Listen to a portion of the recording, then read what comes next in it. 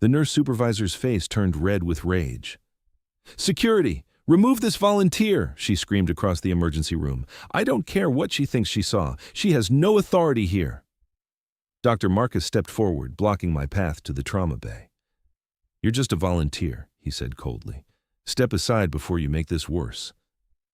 Through the chaos, I could see him. The wounded pilot strapped to the gurney, his flight suit soaked in blood. His eyes were closed, vitals dropping. 23 minutes since the helicopter crash. The monitors were screaming, and I was the only person in that hospital who knew he was dying from the wrong diagnosis. But they'd never believe a word I said. My name is Catherine Hayes. For the past 8 months, I'd been volunteering at County General Hospital 3 nights a week, just a volunteer. That's what everyone called me. The woman who refilled water pitchers, transported patients, restocked supplies, invisible, forgettable, safe. That's exactly what I needed to be. Before County General, I'd been Major Catherine Hayes, United States Air Force Chief of Trauma Surgery at Landstuhl Regional Medical Center in Germany. 15 years of military medicine, 4 deployments, 732 combat trauma surgeries, 3 medals for valor under fire, and 1 catastrophic failure that cost 6 lives. The incident at Bagram Air Base happened 11 months ago, a mass casualty event, 73 wounded in a coordinated attack. I'd been the ranking surgeon on duty. For 18 hours straight, I'd performed miracle after miracle, saving soldiers who should have died. But in hour 19, running on adrenaline and no sleep, I'd made a call. A triage decision, sent 6 soldiers to the expectant category, 2 injured to save with limited resources. Except, I was wrong. A junior surgeon questioned my assessment. I overruled him. Rank has privileges. Experience makes the call. By the time I realized my error, all 6 had died. The junior surgeon had been right. Those soldiers could have been saved. The investigation cleared me. The board called it acceptable losses under combat conditions. My commander urged me to continue my career. But I couldn't. Every time I picked up a scalpel, I saw their faces, heard their families' screams at the memorial service. I resigned my commission, came home to Seattle, took the volunteer position at County General because I couldn't completely walk away from medicine, but I couldn't trust myself to practice it either. For 8 months, I'd pushed gurneys and delivered meal trays. Nobody knew. Nobody suspected. I was just Katie, the quiet volunteer who showed up on time and never complained. Until tonight. The call came in at 8:47 p.m., medical helicopter down 3 miles from the hospital. 2 critical patients incoming by ambulance. The emergency department exploded into controlled chaos. Trauma teams assembled, equipment prepped. I stayed in my corner, out of the way, doing what volunteers do, staying invisible. The first ambulance arrived at 9:03. They wheeled him past me fast. Male, mid-30s, flight suit, multiple trauma. The paramedic was rattling off vitals. BP dropping 80/40, respiratory distress, massive blunt force trauma to the chest and abdomen, GCS of 8. I caught a glimpse of his face as they rushed by. Clean cut, military bearing even unconscious, the patches on his torn flight suit, Army medevac pilot. Something twisted in my chest. They disappeared into Trauma Bay 2. I heard Dr. Marcus barking orders, heard the frantic beeping of monitors, heard the controlled urgency of a trauma team fighting to save a life. I should have walked away, pushed my cart to another floor, refilled water pitchers on the medical ward. Instead, I moved closer to the trauma bay. Through the window, I could see the organized chaos. 4 nurses, 2 residents, Dr. Marcus directing. They'd cut away the flight suit. The pilot's chest was a mass of bruising. Distended abdomen. They were pushing fluids, hanging blood. Marcus was calling for an ultrasound. "Fast exam now. I need to know where he's bleeding." The ultrasound tech moved the probe across the pilot's abdomen. I watched the screen from my position outside the room, watched the grainy images appear, free fluid in the abdomen, Morrison's pouch lighting up like a Christmas tree. "Positive fast," the tech announced. "Significant intraperitoneal hemorrhage." Marcus nodded. "Massive transfusion protocol. Get him typed and crossed for 20 units. Call the OR. We're taking him up for an X-lap." Standard protocol: blunt abdominal trauma, positive fast exam, hemodynamically unstable, emergency exploratory laparotomy to find and stop the bleeding, textbook medicine. But something was wrong. I looked at the monitor, at the pilot's neck, at the pattern of bruising on his chest. Then I saw it. The jugular venous distension, the neck veins bulging despite massive blood loss, the muffled heart sounds on the monitor. I could see the waveforms, could read the subtle signs even from outside the room. He didn't need abdominal surgery. He had cardiac tamponade. Blood was filling the pericardial sac around his heart, compressing it, preventing it from beating effectively. That's why his pressure was dropping. That's why he was dying. The abdominal free fluid was real. But it wasn't the killer. The heart was. If they took him to the OR for abdominal surgery without draining the pericardium first, he'd arrest on the table. Just like Master Sergeant Coleman had arrested under my hands at Bagram. Different injury, same missed diagnosis. I was frozen, watching them prep the pilot for a surgery that would kill him, watching history repeat itself through a trauma bay window. Just a volunteer, not my place, not my call, my place. I'd lost the right to make these calls 11 months ago when I'd killed 6 soldiers with my arrogance. I turned to walk away. Then I heard it. A sound I'd heard 1,000 times in combat hospitals, the subtle change in the cardiac monitor's rhythm, the beginning of decompensation. The pilot was coding. My body moved before my brain could stop it. I pushed through the trauma bay door. He has cardiac tamponade. My voice cut through the chaos. You need to drain the pericardium now or he's going to arrest. Every head turned. The room went silent except for the screaming monitors. Doctor. Marcus stared at me. Who the hell are you? He has Beck's triad, I said, pointing to the monitor. JVD, muffled heart sounds, hypotension. Look at his neck veins. They're distended despite massive fluid loss. The chest bruising pattern indicates sternal impact. You need to perform a pericardiocentesis before you move him. Marcus's face darkened. You're the volunteer. You push wheelchairs. Get out of my trauma bay. His ECG shows electrical alternans, I continued, unable to stop now. The waveforms are varying in amplitude. That's fluid in the pericardium. If you don't... Security, Marcus roared. Get this woman out of here. Nurse Supervisor Chen appeared in the doorway. Katie, what are you doing? You can't be in here. He's going to die, I said. My voice was shaking now. He has maybe 5 minutes before cardiac arrest. You're treating the wrong injury. She's delusional, Marcus said. Probably some nursing school dropout with delusions of competence. Get her out before she contaminates the sterile field. Chen grabbed my arm. Katie, I'm sorry, but you need to leave. You're interfering with patient care. I looked at the pilot's face, at the monitors showing his life slipping away, at the OR team prepping to take him upstairs for a surgery that would kill him. I saw Master Sergeant Coleman's face, saw the 5 others I'd sentenced to death with my arrogance and certainty. But I also saw the junior surgeon who'd questioned my assessment, saw him being ignored because rank trumped observation.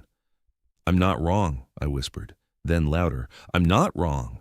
The patient's monitor alarm changed pitch. His blood pressure dropped to 70/30. He's crashing, one of the residents called out. Marcus was already moving. Intubate him. Push another liter of ONEG. Get that OR ready now. Listen to me, I shouted. He needs a pericardiocentesis, subxiphoid approach, 18-gauge spinal needle. Aspirate the pericardial space. It'll take 60 seconds and it'll save his life. Security! Remove this volunteer, Chen screamed. I don't care what she thinks she saw. She has no authority here. 2 security guards entered the trauma bay. Strong hands gripped my shoulders, but before they could pull me away, something happened. The pilot's eyes opened. Just for a moment, barely conscious, drowning in his own failing cardiovascular system, but his eyes found mine across the trauma bay. And he saluted. His right hand, shaking, trembling, rose in a weak approximation of a military salute. His lips moved. No sound came out, but I could read the words. Major. Every person in that trauma bay froze. The pilot's hand dropped, his eyes closed. The monitor showed his heart rate plummeting. He recognized your rank, one of the nurses whispered. Dr. Marcus stared at me. Who are you? Major Catherine Hayes, I said quietly. United States Air Force, retired, 15 years as a trauma surgeon, 4 deployments, 732 combat surgeries. I looked at the dying pilot. And if you don't drain his pericardium in the next 3 minutes, you can add one more unnecessary death to my count. The room was silent. The security guards had released my shoulders. Marcus's expression shifted. Confusion, doubt, pride warring across his face. If you're wrong, I'm not wrong. I looked him in the eyes. I've seen this exact presentation 47 times. Chest trauma with cardiac tamponade and concurrent abdominal injury. Beck's triad, electrical alternans, the signs are all there, and I've drained pericardiums under mortar fire in worse conditions than this. The monitor alarm escalated. Blood pressure 60 over palp. 30 seconds until arrest, the resident announced. Marcus made his decision. Hayes, if you're actually a surgeon, scrub in, show me. No time. I grabbed gloves from the wall dispenser, snapped them on. Betadine, spinal needle, 18 gauge, 60 cubic centimeter syringe, cardiac monitor leads on full display. My voice had changed. Command voice. Major Hayes, not Katie the volunteer. The staff moved. Training took over. A nurse swabbed the pilot's chest with betadine. Another slapped the needle and syringe into my palm. I positioned myself at the pilot's left side, found the xiphoid process, calculated the angle, 45 degrees toward the left shoulder. If I'm right, we'll get blood return immediately and his pressure will improve within seconds, I said. If I'm wrong, I'll have punctured his heart and killed him. Inspiring confidence, Marcus muttered. I didn't respond. My hands were steady, muscle memory from 100 field procedures. I advanced the needle, feeling for the specific resistance of the pericardium. Pop! The needle penetrated. I pulled back on the plunger. Dark blood filled the syringe. Hemorrhagic pericardial effusion, I announced, continuing to aspirate, confirming cardiac tamponade. The monitor changed. The pilot's blood pressure started rising. 70 over 40, 80 over 50, 90 over 60. I withdrew 40 cc's of blood from the pericardial sac. The pilot's heart, freed from compression, began pumping effectively again. His eyes opened again. Color returned to his face. The monitor stabilized. Pressure normalizing, the resident said, his voice filled with awe. Heart sounds improving. He's stabilizing. I withdrew the needle, applied pressure to the puncture site. He'll still need surgery for the abdominal injuries, I said, but now he'll survive it. Doctor, Marcus was staring at me like he'd seen a ghost. You just saved his life. No, I said quietly. I just corrected my mistake from 8 months ago. Different patient, same misdiagnosis. That time I got it wrong. I looked at the pilot. He was conscious now, confused, in pain, but alive. His eyes found mine again. Thank you, Major, he whispered. The words broke something inside me. The next 2 hours were a blur. They took the pilot to surgery. Marcus performed the X-lap, repaired a grade 3 splenic laceration and liver injury. He survived. Good prognosis. I gave a statement to the hospital administrator, explained my background, my credentials, why I'd been working as a volunteer. Nurse Supervisor Chen apologized. So did Marcus, though it clearly hurt his pride. Why didn't you tell us? Chen asked. Why hide what you can do? Because the last time I was certain I was right, I killed 6 people, I said. The pilot's name was Captain James Rivera, 34 years old, Army medevac pilot, 12 years of service. He'd been flying a critically wounded soldier from a rural accident to County General when they'd hit unexpected turbulence, crashed half a mile from the hospital. The patient he'd been transporting had survived with minor injuries. Rivera had taken the worst of the impact. When he woke up from surgery, he asked for me. I stood in the ICU bay, watching him through the window. Part of me didn't want to go in, didn't want to be thanked for doing what I should have been doing all along, but I went in anyway. Major Hayes, he said when he saw me. His voice was weak but clear.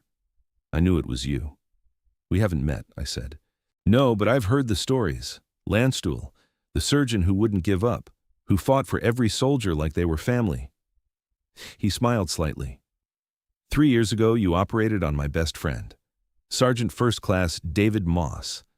IED strike outside Kandahar. Took you 9 hours, but you saved his legs, saved his life. I remembered. Massive vascular injury. Bilateral femoral artery reconstruction, one of the longest surgeries of my deployment. He told me if I was ever wounded, I should pray Major Hayes was on duty, Rivera continued. Said you were the best combat surgeon in the Air Force. He paused. So when I opened my eyes and saw you fighting for me, even though no one would listen, I knew I'd be okay. I'm not in the Air Force anymore, I said quietly. I know. I heard about Bagram. He met my eyes. I also heard you saved 67 soldiers that night, that you performed 18 consecutive miracle surgeries under impossible conditions, that 6 soldiers died after a triage decision made in hour 19 of continuous operations. A decision I got wrong.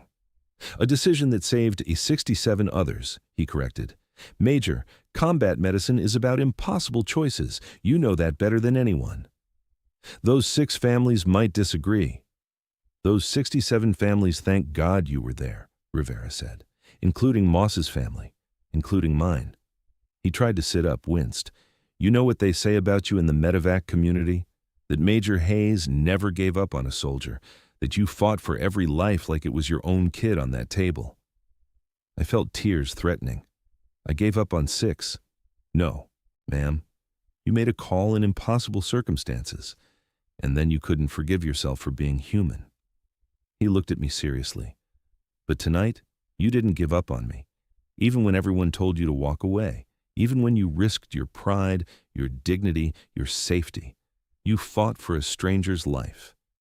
You saluted me, I said. Why? Because I recognized what everyone else couldn't see. That volunteer pushing wheelchairs was still a soldier, still a surgeon, still fighting for lives even when she'd lost faith in herself. The hospital administrator called me into her office the next morning, Dr. Sarah Vance, a stern woman in her 60s who'd run County General for 20 years. I expected termination, potential legal action for practicing medicine without privileges. Instead, she slid a folder across the desk. Dr. Marcus spent the night reviewing your credentials, she said. The Air Force sent your complete file. It's impressive, Major Hayes, more than impressive. I'm not looking to practice, I started. Why not? Vance interrupted. Because you made a mistake? Because you're human? Catherine, I've been in medicine for 40 years. I've made mistakes that still wake me up at night. So has every doctor in this hospital. She opened the folder. But last night, you saved a life that everyone else had diagnosed wrong. You saw what trained emergency physicians missed, and you had the courage to fight for your assessment even when it cost you everything. I got lucky. No, you were right. There's a difference. Vance pulled out a document. I'm offering you a position, attending trauma surgeon, full privileges. You'd be working under Dr. Marcus. Yes, the same Dr. Marcus you showed up last night. He specifically requested you on his team. I can't. You can, and you should, because we need surgeons like you, surgeons who care more about being right than being comfortable, who will fight for patients even when it's hard. I looked at the contract, at the signature line that would restore my career. What about Bagram? I asked quietly. What about it? You were cleared by the Air Force investigation. You served with distinction, and you learned that even the best surgeons make mistakes. Vance leaned forward. Catherine, the question isn't whether you're perfect. It's whether you're willing to use your gifts to help people.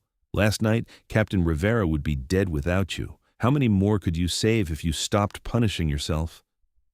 I thought about the pilot's words, about 67 families, about David Moss, who walked on reconstructed legs because I'd fought for 9 hours to save them, about the junior surgeon at Bagram who questioned my assessment, who was right, who taught me that ego has no place in medicine. I'll need time to think, I said. Take 24 hours. But Catherine, that pilot recognized you as a surgeon even when you'd given up on yourself. Maybe it's time you recognized it too. I went back to the ICU that afternoon. Captain Rivera was awake, doing better. The abdominal surgery had gone well. He'd make a full recovery. His patient, the one he'd been transporting when the helicopter crashed, was there too. Elderly man, heart attack, stable now. Rivera had saved his life by getting him to the hospital. Major, Rivera said when I entered. Come to check on your handiwork? Just visiting, I said. How are you feeling? Like I crashed a helicopter, but alive thanks to you. He gestured to the elderly patient in the next bed. That's Mr. Patterson, the man I was flying when we went down. Patterson looked over. You're the surgeon who saved Jimmy here? I'm the volunteer who made a diagnosis, I corrected. Don't let her fool you, Rivera said. She's being humble. Major Hayes is the reason I'm here. Then I owe you double thanks, Patterson said, because Jimmy saved my life first, flew through a storm to get me here when my heart gave out. Then you saved his life. Full circle, I looked at Rivera. You took off in dangerous conditions? Had a patient who needed transport, he said simply. That's the job. Even if it kills you? Even if it kills me, he confirmed. Then softer. Sound familiar, Major? It did. Every combat deployment, every impossible surgery, every time I'd stayed at the table for hours because a soldier needed me. The administrator offered me a position, I said. Trauma surgeon. Rivera smiled. You should take it. I'm not sure I can trust myself. Major, you trusted yourself last night when it mattered most. You fought for me when everyone said you were wrong. You put your pride aside and did what needed to be done. He met my eyes. That's what good doctors do. They fight for their patients even when it's hard. Mr. Patterson spoke up. My wife was a nurse for 40 years. She used to say the best medical professionals aren't the ones who never make mistakes. They're the ones who learn from them and keep showing up anyway. I felt something shift inside me. Something that had been frozen for 11 months starting to thaw. I killed 6 people at Bagram, I said quietly. And you've saved hundreds, Rivera countered. Maybe it's time to let the hundreds count for something. I stayed with them for another hour, talking, listening to Rivera's stories about his medevac missions, hearing about the lives saved by his willingness to fly into danger. When I left, I had the contract in my bag. I signed it that evening. Dr. Vance welcomed me to the staff with a firm handshake and a knowing smile. You made the right choice, Catherine. I hope so.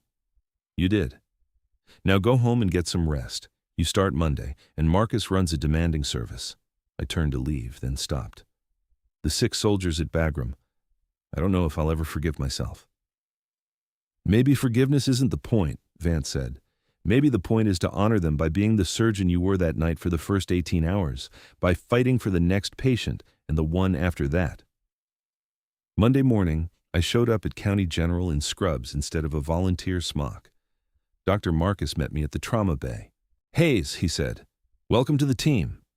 Thank you for the recommendation. Don't thank me, you earned it. He handed me a tablet. We've got 3 traumas incoming. Motor vehicle accident. Are you ready? I took the tablet, reviewed the preliminary information, felt the familiar weight of responsibility settling on my shoulders. Was I ready? To make life and death decisions again? To trust my judgment? To risk being wrong? I thought about Captain Rivera, about his salute, about fighting for what's right even when everyone doubts you, about 67 families. I'm ready, I said. The ambulances arrived, 3 patients, multiple trauma, organized chaos, and for the first time in 11 months, I didn't see the faces of the 6 soldiers I'd lost. I saw the patients in front of me, the ones I could save, the ones who needed me to be Major Catherine Hayes again. I stepped into the trauma bay. My hands were steady. 6 months later, Captain Rivera returned to County General for a follow-up appointment. He'd made a complete recovery, cleared to fly again. He found me in the physician's lounge between cases. Major Hayes, he said. Or should I say Dr. Hayes now? Catherine is fine, I said. How are you feeling? Good as new. Better, actually. The VA docs say I've got no restrictions. I'm back on flight status next week. That's wonderful news.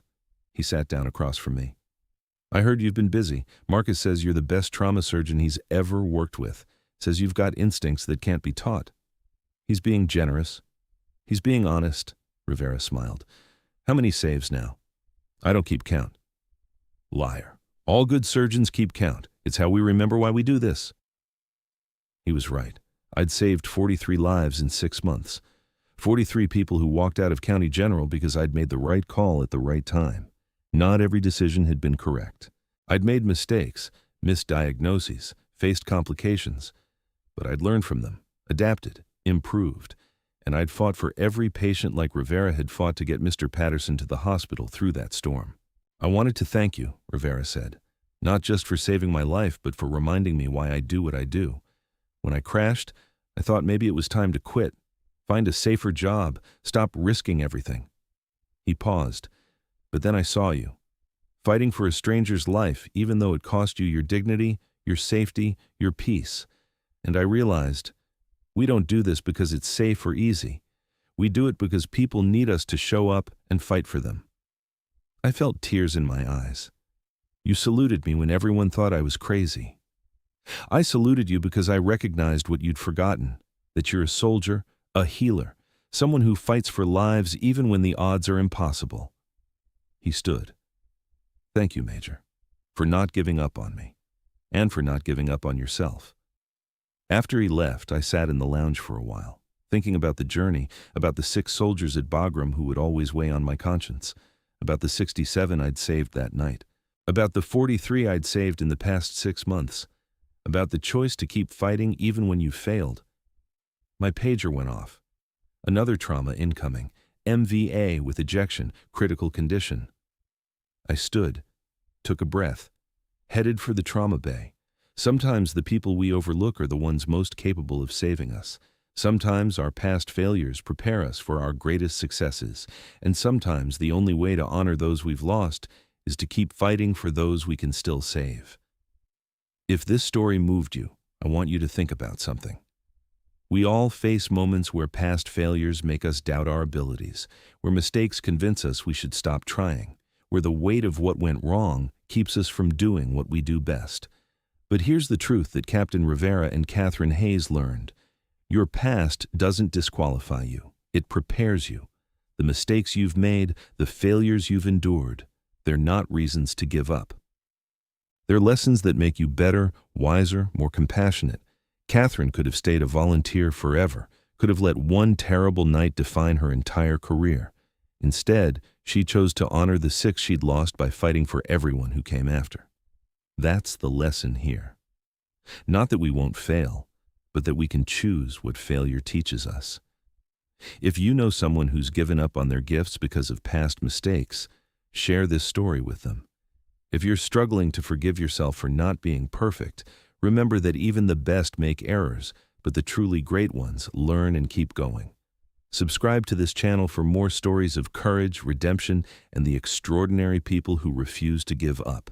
Hit that like button if Catherine's journey inspired you, and tell me in the comments. Have you ever had to fight to prove yourself after a failure? How did you find the strength to try again? Your story matters. Your gifts matter. And just like Major Hayes learned, sometimes the world needs you to stop hiding and start fighting.